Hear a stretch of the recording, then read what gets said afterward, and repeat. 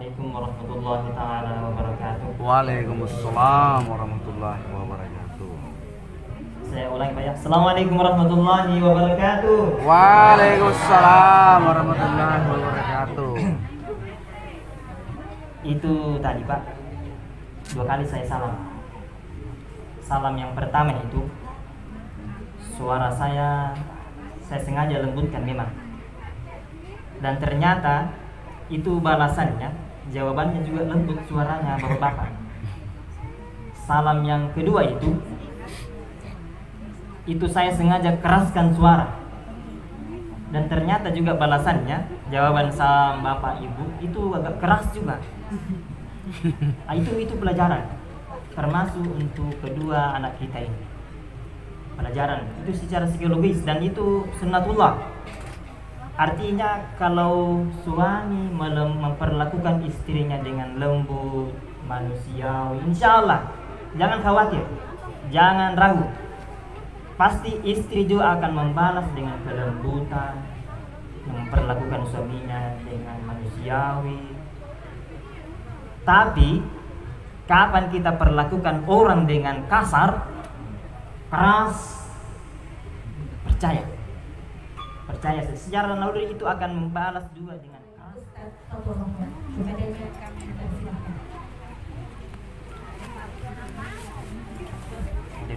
Iya. Kita Ustaz mau ke berdiri. Iya. Laki-laki harus berdiri. Banyak baginya malah Ustaz boleh kodo. Kerambangkin. Dari saya. Assalamualaikum warahmatullahi taala wabarakatuh. Waalaikumsalam warahmatullahi wabarakatuh. Saya ulangi Pak ya. Assalamualaikum warahmatullahi wabarakatuh. Waalaikumsalam warahmatullahi wabarakatuh. Itu tadi Pak, 2 kali saya salam. Salam yang pertama itu suara saya sengaja lembutkan memang. Dan ternyata itu balasannya, jawabannya juga lembut suaranya Bapak-bapak. Salam yang kedua itu saya sengaja keraskan suara. Dan ternyata juga balasannya, jawaban salam Bapak Ibu itu agak keras juga. Nah, itu pelajaran, termasuk untuk kedua anak kita ini. Pelajaran itu secara psikologis dan itu sunnatullah. Artinya kalau suami memperlakukan istrinya dengan lembut, manusiawi, insya Allah jangan khawatir, jangan ragu. Pasti istri juga akan membalas dengan kelembutan, memperlakukan suaminya dengan manusiawi. Tapi kapan kita perlakukan orang dengan kasar, keras, percaya secara naluri itu akan membalas juga dengan keras juga. Kita baik saja sama orang, itu terkadang dibalas dengan keras. Apalagi kalau kasar memang itu pelajaran itu dan itu sunnatullah begitu. Kita berbicara tentang pernikahan.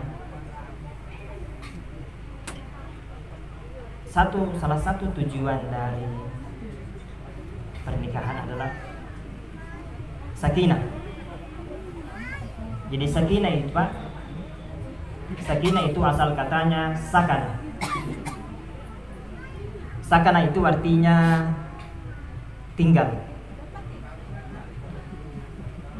Sakana itu artinya tinggal. Kalau di Makassar itu di asrama di kampus UIN ada namanya Maskanut Thalabah. Itu Maskanut Thalabah artinya asrama, tempat tinggal. Asal katanya juga itu sakana, tinggal. Jadi sakinah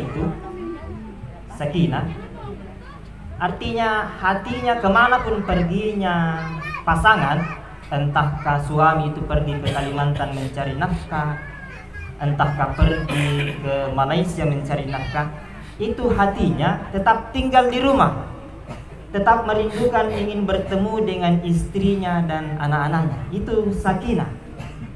Makanya itu kalau ada keluarga kita yang pergi merantau di Kalimantan ketika Idul Fitri tiba, itu dia berbahagia sekali bertemu dengan keluarganya yang sudah lama berpisah, tidak berjumpa, walaupun selama ini barangkali teleponan. Tapi ketika mereka kembali, mereka bersukaria, rindu melepas rindu. Itu orang sakinah itu. Sebaliknya, kalau ada suami justru malas pulang ke rumah karena tiba di rumah selalu omelan, rasa-rasa dengar-dengar suara marah istrinya, itu suaminya tanda-tanda tidak sakinah. Kenapa? Karena tidak merindukan lagi suasana keluarga. Begitupun dengan istri.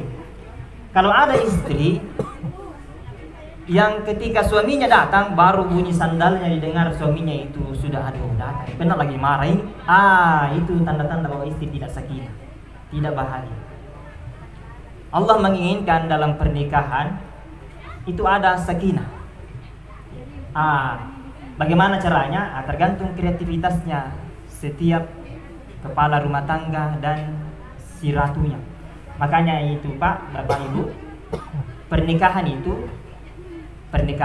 itu bukan ibarat dia mainan, bukan mainannya orang anak-anak, bukan. Pernikahan itu ibarat mainannya orang dewasa. Karena hanya orang dewasa yang bisa kreatif bagaimana pasangannya itu bisa tetap hatinya selalu ada terpaut di rumah walaupun dia jauh di sana. Kenapa itu? Kalau ada orang berdekatan, tetangga A dan B, si A ini dengan B tetangga, itu baku marahan. Baku marahannya itu tidak cukup 1 meter begini Pak, tapi suaranya keras. Suaranya keras padahal walaupun tidak dikeraskan suara tidak dengar karena jaraknya cuma 1/2 meter saja. Tapi teriak-teriak. Bandingkan dengan pengantin baru. Pengantin baru itu di sini suaminya duduk, di sana istrinya di dalam memasak, jaraknya 6 meter, cuma berdisi itu suaminya. Nah dengar istrinya, padahal berjauhan. Berdisi saja didengar, padahal jaraknya jauh. Sementara tadi itu berdekatan tetangga, cukup 1 depa begini, 1 singkul karena orang jadi foto, itu teriak-teriak. Kenapa? Karena hatinya terpaut jauh. Beda dengan pengantin baru, hatinya itu terpaut dekat sekali, jadi sehingga walaupun jaraknya jauh, bisik saja didengar. Orang yang keluarga yang sakinah adalah orang yang hatinya selalu terpaut dengan pasangannya walaupun tubuhnya jauh di sana. Yang kedua, saya ingin berpesan untuk kita semua yang laki-laki, terkhusus ananda kita. Mulai saat ini, Anda yang selama ini jomblo, sekarang tadi sudah proses pernikahan, semua kewajiban orang tuanya, istrimu, kewajibannya selama ini ayahandanya, ibunya, itu terlimpahkan ke pundak anak muda. Terlimpahkan semuanya. Pekerjaan malamnya, pekerjaan siangnya, makannya, termasuk lipstiknya, bedak-bedaknya terlimpahkan ke Anda. Itu harus dipahami dulu. Karena begini Pak, sekali lagi bahwa pernikahan mainannya orang dewasa. Tidak bisa, makanya itu pemerintah tidak mengizinkan menikah itu anak-anak remaja kita yang di bawah 19 tahun karena mereka dianggap masih anak-anak. Anak-anak itu kalau dinikahkan kira pekerjaannya itu menikah di malam hari saja. Tahu pekerjaan di malam hari saja, kira itu anak-anak. Kira tidak ada pekerjaan siang hari, pergi berlayar cari ikan, pergi berkantor, pergi bertani, berkeringat untuk mencari nafkah. Tidak tahu itu kalau anak-anak. Tapi kalau orang dewasa, tahu. Mulai saat ini di pundak Anda ada tanggung jawab besar. Bahwasanya pernikahan itu jalannya tidak mulus seperti jalan tol ke Matata, tidak. Terkadang jalan itu seperti ke Kale Padang sana itu, undak-undak, jalan rusak, ada bergelombang, ada batu-batu, kerikil, ada pecahan kaca. Begitulah pernikahan. Makanya dibutuhkan kedewasaan. Yang kedua, yang harus napahami semua laki-laki, khususnya Ananda kita ini, itu perempuan menurut ilmu kesehatan, mohon maaf ini Bu, ada tamunya dan setiap bulan dia datang, harus tahu gini suami dan anak-anak itu di bawah 19 tahun tidak tahu. Ini harus kita ingatkan kembali. Dalam ilmu kesehatan itu setiap bulannya itu ada tamunya itu perempuan. Pala merah, bukan pala pintu ya, pala merah. Kalau tamunya itu datang, ada paling tidak ada 3 perubahan pada wanita. Paling tidak ada 3, dan ini beda-beda itu perempuan. Ada wanita, ini anak muda ini, yang kalau datang tamunya itu balusi, kita bilang orang jadi puntung. Yang tadinya secara normal itu 1 piring jika lo makan secara normal, tapi kalau datang tamunya itu habis 3 piring Pak. Jadi jangan kita tegur-tegur besok-besok kalau datang ke restoran banyak makan 3 piring dan kita gurukin balusi ini orangnya. Jangan, cross check dulu, siapa tahu ada tamunya. Ada wanita seperti itu Pak. Yang kedua, ada wanita ketika datang tamunya sering sakit perut. Iya, itu pasti itu ada yang wanita seperti itu. Makanya harus suami juga harus paham ilmunya. Jadi ilmunya menikah itu luas sekali, harus pelajari. Makanya dibutuhkan orang dewasa yang menikah.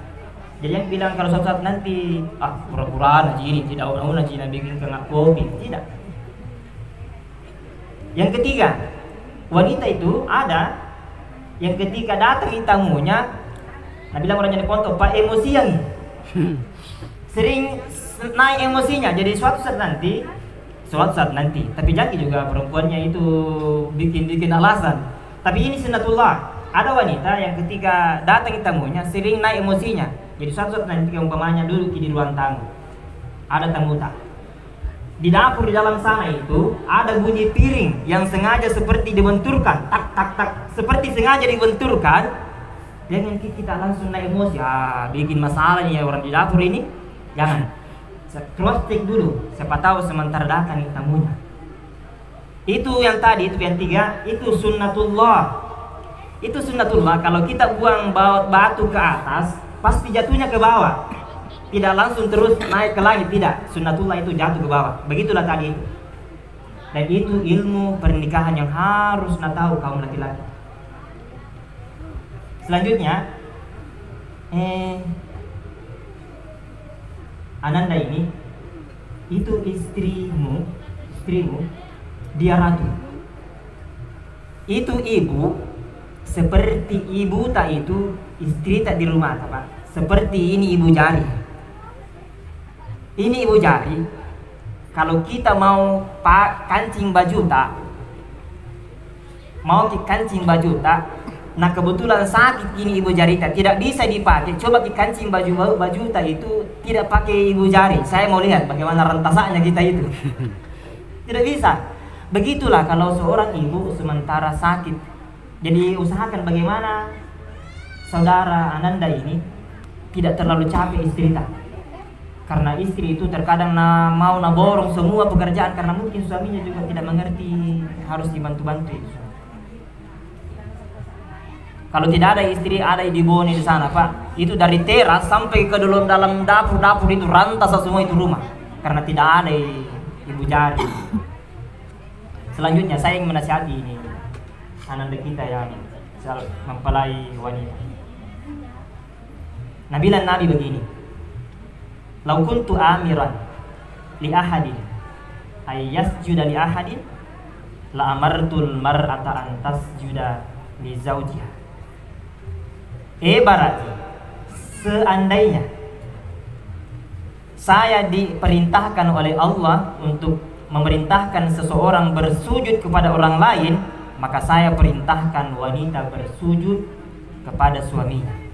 Seandainya ini, tapi tidak boleh bersujud kepada wanita. Seandainya dibolehkan bersujud, maka wanita harus bersujud kepada suaminya. Makanya besok-besok Ananda ini Kalau ada pesannya nasuruh ki bapak ta ke bentuk sikuyu, umpamanya ada persoalan bisnis, nasuruh ki bapak ta ke bentuk sikuyu. Sementara suami ta bilang jangan ke bentuk sikuyu, lebih bagus yang di Padang. Maka wajib taati perintahnya suami ta. Jangan bapak ta, jangan. Karena sejak tadi itu ketika terjadi sigot serah terima pernikahan tadi itu, bapak ta sudah menyerahkan semua beban dan tanggung jawab ke pundaknya suami ta. Yang pertama didengarkan adalah suami. Selama yang diperintahkan tadi itu dua-duanya baik dan tidak bermaksiat kepada Allah Subhanahu wa taala. Itu yang pertama dulu. Kemudian yang kedua, itu laki-laki, suami semua ini.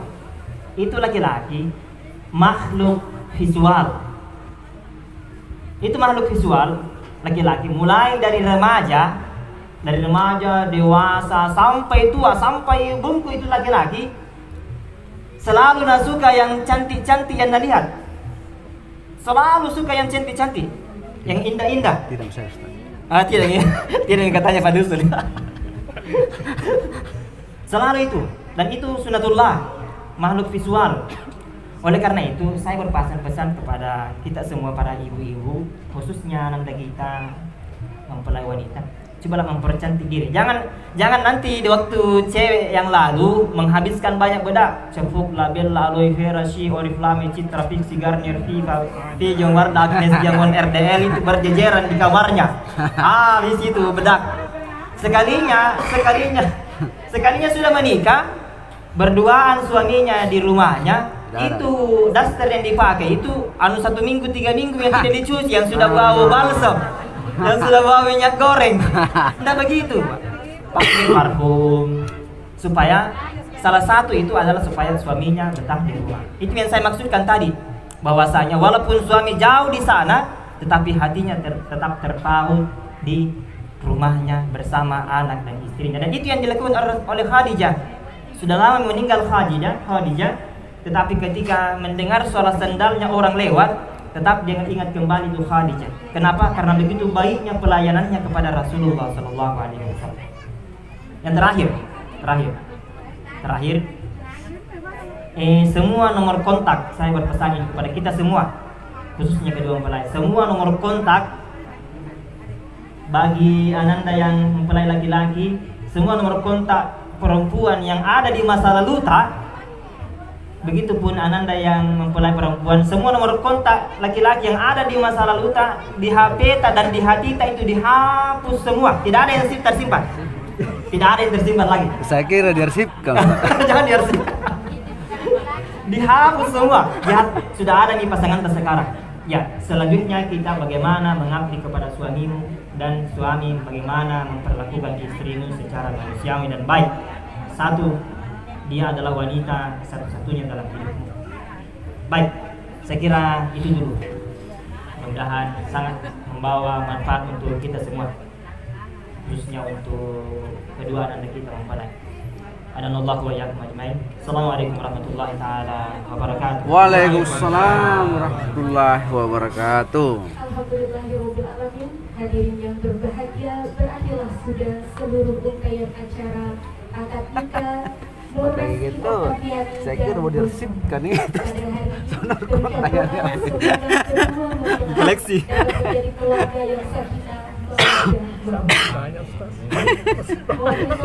Mengucapkan terima kasih atas kehadiran, doa restu dan bahagianya. Tak lupa kami mohon maaf jika ada kekhilafan dan ketidaknyamanan atas pelayanan kami. Wassalamualaikum warahmatullahi wabarakatuh. Waalaikumsalam warahmatullahi wabarakatuh.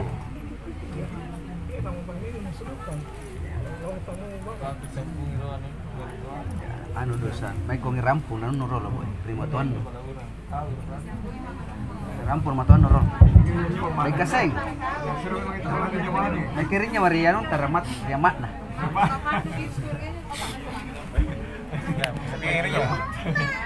Gila langir belum, gila